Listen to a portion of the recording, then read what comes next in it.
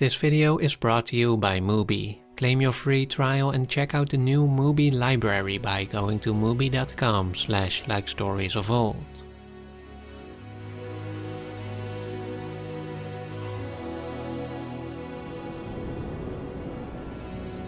I thought it was a dream. What we knew in the forest. It's the only truth. There are only a few directors who have truly developed their own cinematic language like Terrence Malick has. While we can break this down as a combination of techniques like his frequent use of Steadicam, wide-angle lenses, or his use of poetic voiceovers, what's this war in the heart of nature? I am more interested in the immediate experience of his work, which to me feels like a view of the world that is always wandering, that always seems to be in search of something that lies just beyond the story we are witnessing. Actor John C. Reilly once told a story about how he was working on this big scene in The Thin Red Line. He and some of his fellow actors were in this big truck that was set to drive into camp. A huge set on which the crew had to coordinate not only the vehicles, but also the dozens of extras and planes flying overhead. But all of a sudden, Malick spotted a bird and the entire scene was put on hold to film this one creature. It seems to be a frequent occurrence as all of Malick's films contain these spontaneous moments that capture something that clearly wasn't staged, be it crickets in the wheat fields in Days of Heaven, or a butterfly in the street in The Tree of Life. At first glance, it might feel like the point of view of someone who is easily distracted, confused even. This became even more pronounced in his later work, a series of films that were essentially shot without a script, and diverged so much from any kind of preconceived structure that even his longtime admirers began to wonder what Malick was trying to achieve. What was he searching for? I thought that we could build our nest high up. With this year's release of A Hidden Life, the true story of an Austrian farmer who was prosecuted for refusing to fight for the Nazis, critics have hailed Malick's return to form. And although the film is indeed more conventionally structured, it still contains many of the same elements. Above all, the main question still remains. What is he trying to achieve? What is he searching for?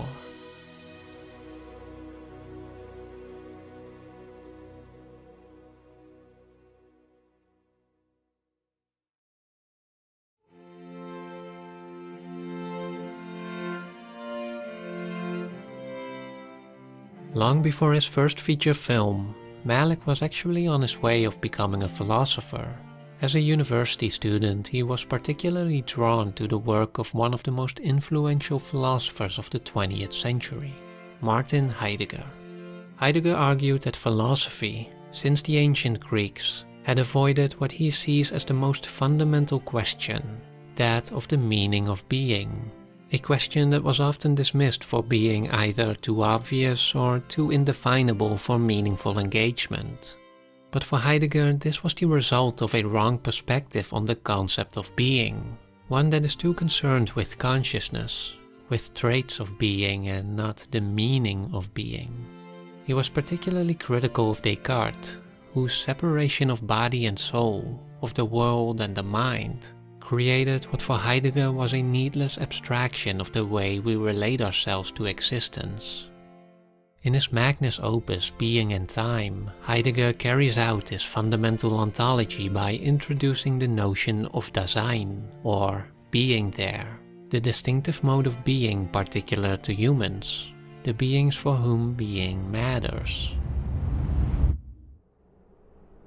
Actually, let's not forget, Terrence Malick did not become a philosopher, he became a filmmaker.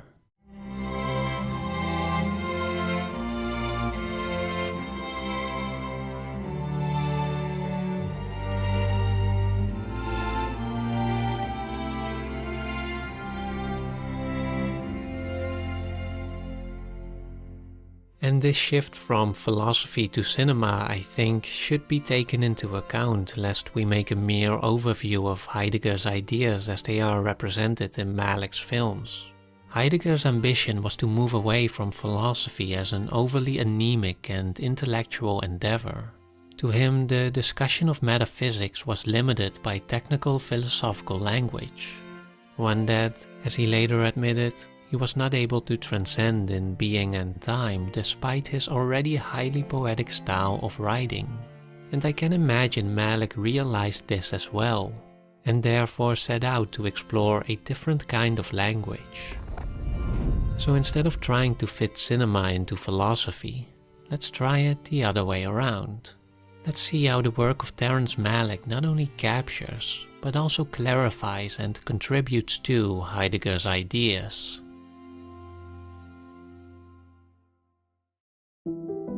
One of the most recurring elements in Malick's work is his clear distinction between the world of nature and the world of man, or more specifically, the world of technology.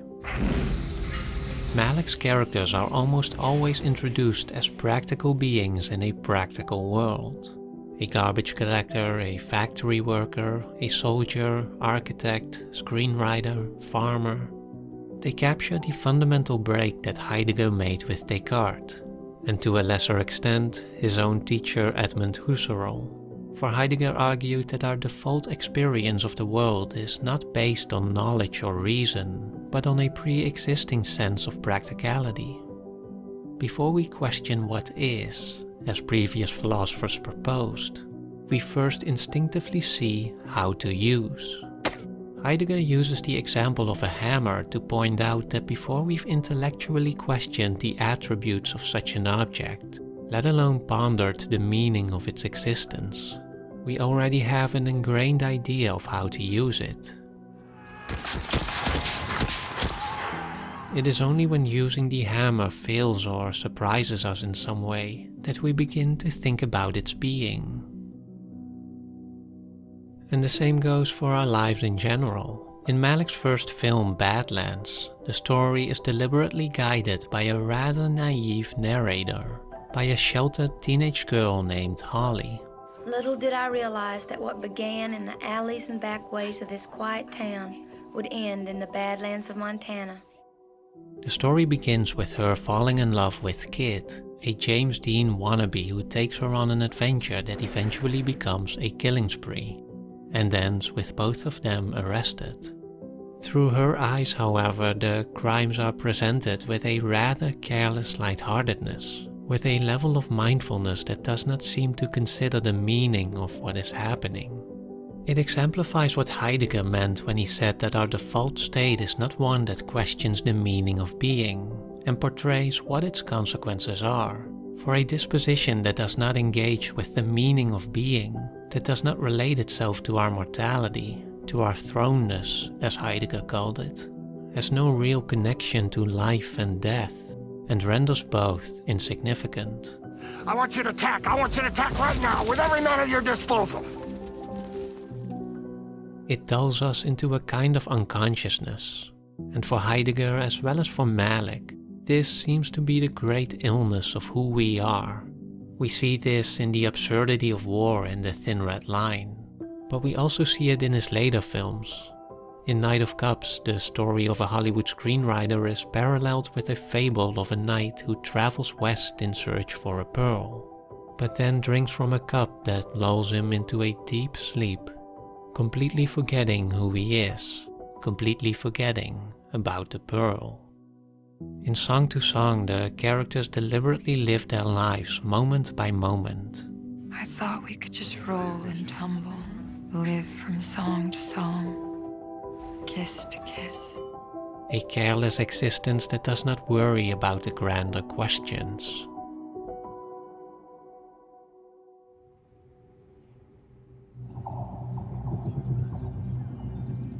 To symbolize the insidiousness of this kind of unconsciousness, Malick also employs the motif of snakes, which, from a biblical perspective, represent the seduction into sin and evil. Sometimes this takes the form of literal snakes, Other times they are human characters tempting others with snake-like behavior. The world wants to be deceived. Which actor Michael Fassbender emphasizes here through his crawling, aggressive movement.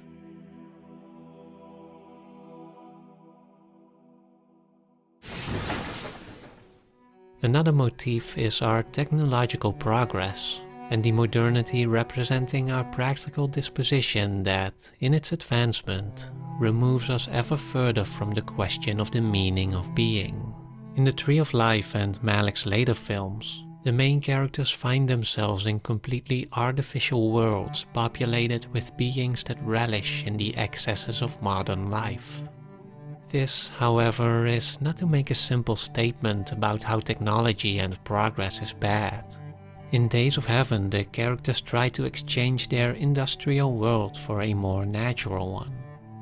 But even here we see how technology has taken root in what was once the domain of nature. This becomes especially evident in the New World, in which colonists arrive in what to them was a place largely untouched by mankind. A place that is soon transformed by their presence. What the New World shows, perhaps more than anything on this subject, is that a practical approach towards the natural world is not just an illness of modernity, but is ingrained in our very being. It just revealed itself more clearly over time. Tu pensais qu'on avait toute la vie. Que le temps n'existait pas. The real problem with engaging the world based on mere utility is that not only we tend to view its resources as endless, we also see ourselves as practically immortal. Again, a disposition that does not consciously consider the meaning of being has no immediate connection to life, and more importantly, it does not truly concern itself with death, besides acknowledging it as a vague theoretical concept. Of course, sooner or later, despite our best efforts to avoid it, the limits of existence will impose themselves on us nonetheless. In Badlands, Holly at one point finds herself out in the wilderness where she is looking at some old images when suddenly her own mortality and the transience of all things dawns on her. She wonders what would have happened if she and Kit had never met, or if he had never killed anybody. She wonders what would have happened if her father and mother had never met. In short, she begins to question her world. For days afterwards, she narrates, I lived in dread. I suppose that's what damnation is. The pieces of your life, never to come together. This is where we can reintroduce Heidegger's conceptualization of human existence, which he referred to as our Dasein, our being there. According to Professor John Hoagland, Dasein should not be understood as biological human, nor as the person, but as a way of life shared by the members of some community. When it comes to what could be seen as our community of human beings, our way of life, our Dasein, is one that can reflect on what it means to be. However, because this is not our default state, and because we are so easily dulled into mere practicality, this only shines through occasionally. But when it does, it can upset our entire world. It can make us question every aspect of our being. You let a boy die. Never had it struck me so forcefully before that I have the power to grant life and health to others. As Holly expressed earlier, this feeling is defined by a particular type of dread or anxiety, one that all of Malick's characters experience at one point. You have to struggle with yourself. Afraid of myself. How'd we lose the good that was given us? Let it slip away. As Heidegger explained, anxiety is the only human emotion that is unbound from our world. Although it can be triggered by external events that awaken us from practicality into awareness and contemplation, by the failing or surprising hammer, so to speak. The feeling itself is not related to anything concrete, Rather, it is defined by an absence. It relates to the nothing, to the void. It is not unsurprising then that Malick's characters are overcome with this anxiety precisely when everything falls silent, when their world suddenly feels distant, and its noise no longer drowns out the quiet voice coming from within, thereby creating space for the dialogues with our own mortality, and with the knowledge that everything that is will one day be gone. Guide us to the end of time. And this, I think, is what Malick really underlines in his work. To return once more to the places in Malick's worlds, be it the wheat fields of Texas, the Malaysian village in the South Pacific, or even the prehistoric realm of the dinosaurs as seen in the Tree of Life and the documentary Voyage of Time. All of these are temporary. It was inevitable that our native roots wouldn't last, just as our agricultural settlements would be swallowed up by industry, by a new world that would change and transform, and will do so until our entire existence will be washed away. For Malick, as Martin Roosner wrote in his journal article, all places are temporal. They are governed not only by the changes of nature, but also by our ever-changing engagement with them. They are worlds of meaning that might be held open for a time, but they can and certainly will fall away eventually. Time goes back to her source. The point of this focus on temporality, however, is not just to invoke grief over the loss of particular worlds through war, greed, or excessive hedonism, but it also serves, as Stanley Cavell wrote in his book The World Viewed, Reflections on the Ontology of Film, to press questions we ought to have made ourselves answer. Because by operating according to our default state, by going through life without really engaging with the question of the meaning of being, we do not just avoid our own mortality, we also separate ourselves from life itself. We blind ourselves from the beauty, from experiencing things as they are. And this is the tragedy, to one day realize that we've been asleep, that we have not seen what was always right in front of us. I lived in shame. I dishonored it all and didn't notice the glory. As such, the true destructive force is not death or temporality. It is regret. Things turned out a little different than we thought they would, didn't they? Did you find your Indies, John? We may have sailed past them.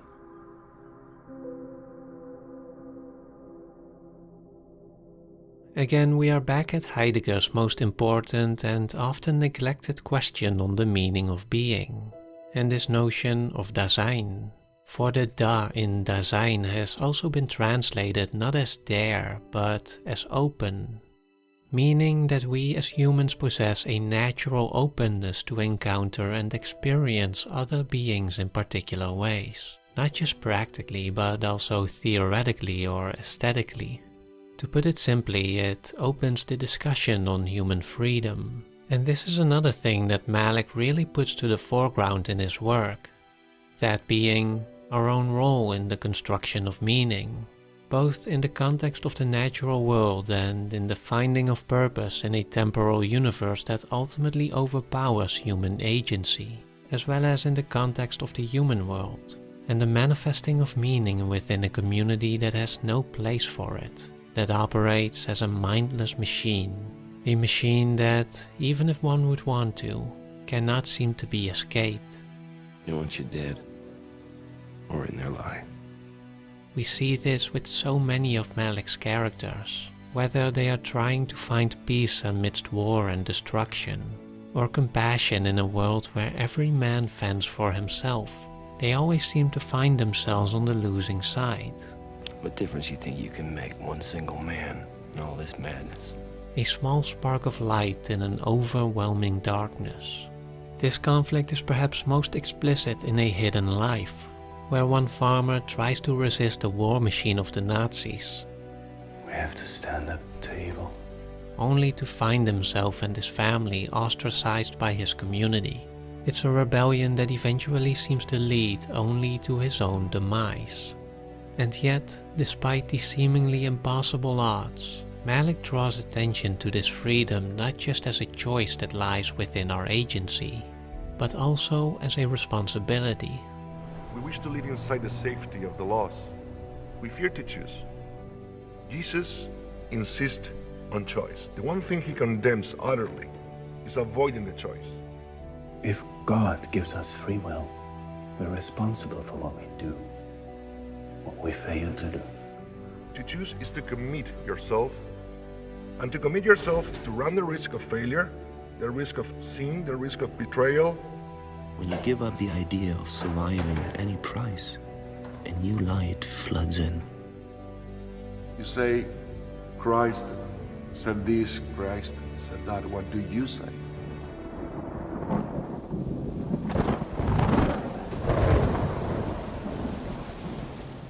In his book A Cinema of Loneliness, Robert Kolker describes the post-classical era of American filmmaking in the 60s, an era defined by films like Bonnie and Clyde, Easy Rider, and Taxi Driver. All stories that feature lost souls and isolated individuals in search for meaning and purpose in a world that has no place for them. It's the era in which Malick also emerged with his first two films. And yet, despite dealing with the same themes, he is not mentioned in Kolker's book. As Martin Woosner argues in another article, the reason for this might be that for Malick, this kind of existential anxiety is not a sorrowful fate in an indifferent, nihilistic world. It is quite the opposite. It is the pathway to meaning. To suffer binds you to something higher than yourself, higher than your own will. Takes you from the world to find what lies beyond it.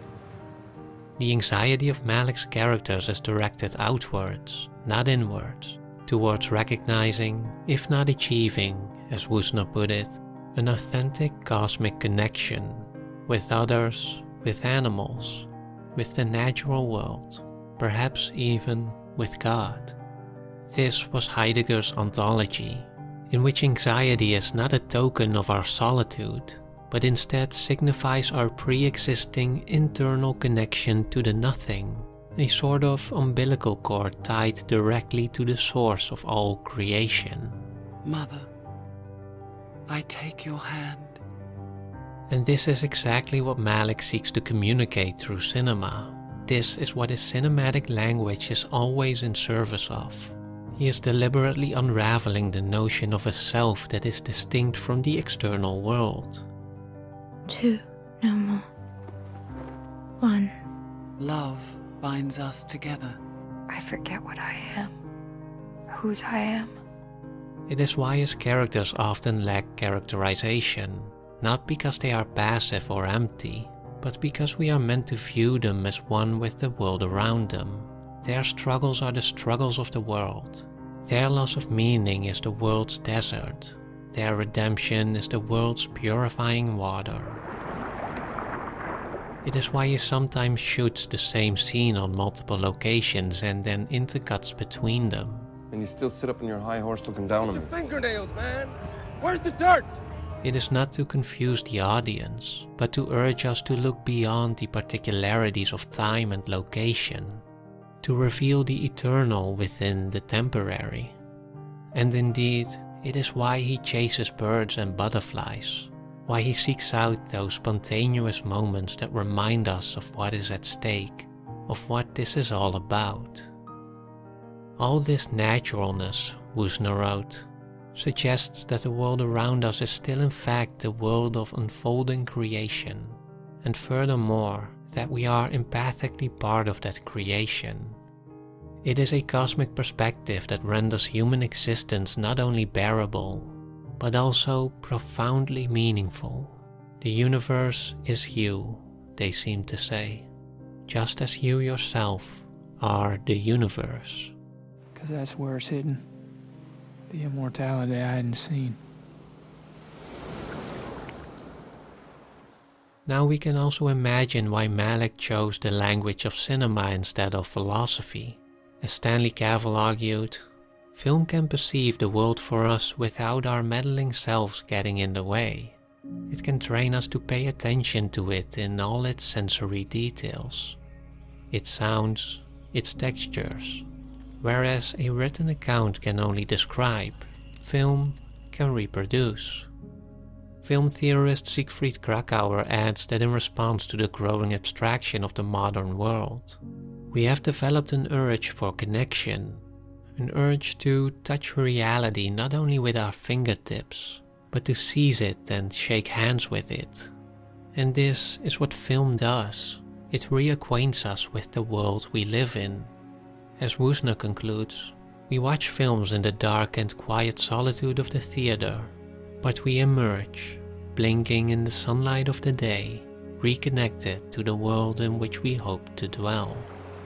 Quel est cet amour qui nous aime? Maybe all men got one big soul. Qui vient de nulle part. One big self. You fear your love has died?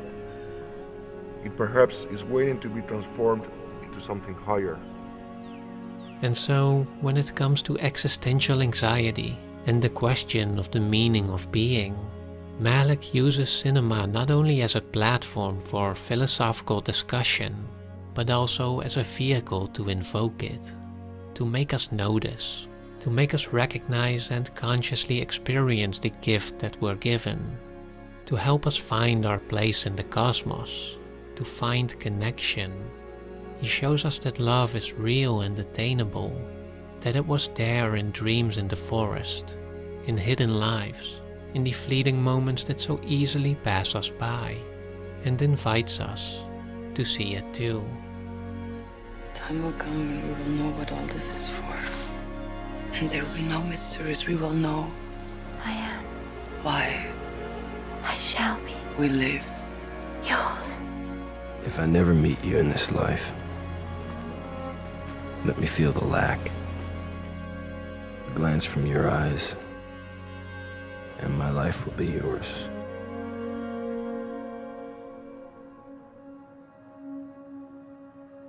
If you're a longtime follower of the channel, you've probably heard me talk about Mubi, the curated streaming service showing hand-picked exceptional films from around the globe, where you can watch a new film every day. Whether it's a timeless classic, a thought-provoking documentary, or an acclaimed masterpiece, there's no better way to explore the riches of cinema. Except that it just got better with the new Mubi library, where you can revisit and discover hundreds of carefully curated films at no additional cost. And I'm happy to share this with you by offering 30 days for free. So head on over to mubi.com/likestoriesofold to check out Mubi's new library and begin your extended free trial today.